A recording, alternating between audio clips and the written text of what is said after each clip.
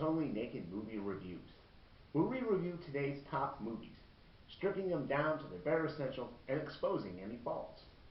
Today we look at Doctor Strange. So I guess I'll just get this out here. I didn't like this movie. It wasn't that it was a completely terrible movie. It's just that Doctor Strange wasn't very magical for me. You know, it seemed very perfunctionary. It was there to be there. It's the setup, the Thor movie, and the Infinity Wars movie. I had the same problems with the first Captain America movie, and I guess Thor 2 and the second Avengers movie. That it was they just kind of go through the motions, and this one was an origin story, so it had that going against it. The origin stories are always kind of boring.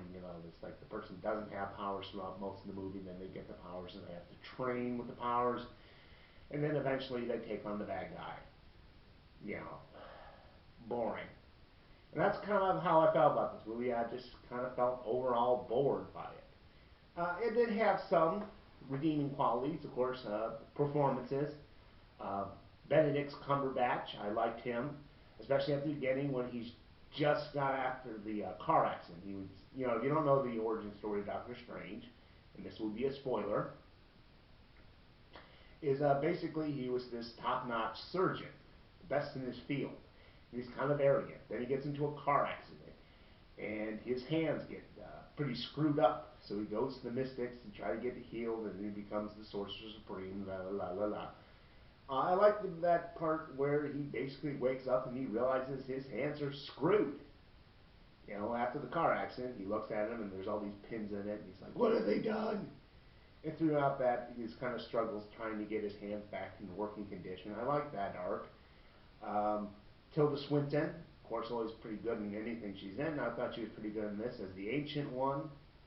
She was kind of a quirky character. At the same time, she had some shitload of powers. You didn't want to mess with her. Benedict Wong, one of the supporting characters, who plays Wong. I thought he was quite amusing. I liked his character, and the guy who played Mordor. Now, the guy who played the villain, I think he gave a good enough performance, but they didn't give him much. That's kind of one of the faults with the Marvel movies is they haven't got decent villains. Loki is the only one that anyone seems to like from the movies. Although I'd say the TV shows have produced some pretty decent villains, like the Diamondback and Luke Cage. I like him, but this villain, I can't even remember his name. That's how forgettable he was. And his plot to, I guess, suck the world into another dimension via a portal is something we've seen over and over again. We saw this in Suicide Squad. We saw this in Teenage Mutant Ninja Turtles, Out of the Shadows.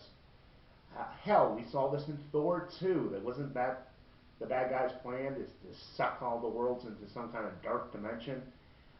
Steel Mongolians. I'm pretty sure that they had a plot involving aliens trying to open a portal to another dimension. And like I said, everything is just kind of a setup for the next movies. And, well, I really I don't like that. So let's just get right into ratings. I spent $8.50 to see this movie. Now, how much of that money do I think was worth it? Well, we'll give $1 for solid performances. They did something different. This is, the ancient mystical powers. We haven't seen that in the Marvel movies except maybe Scarlet Witch. So I'll give them $2 for doing a different storyline. The action, when they had action, it was over.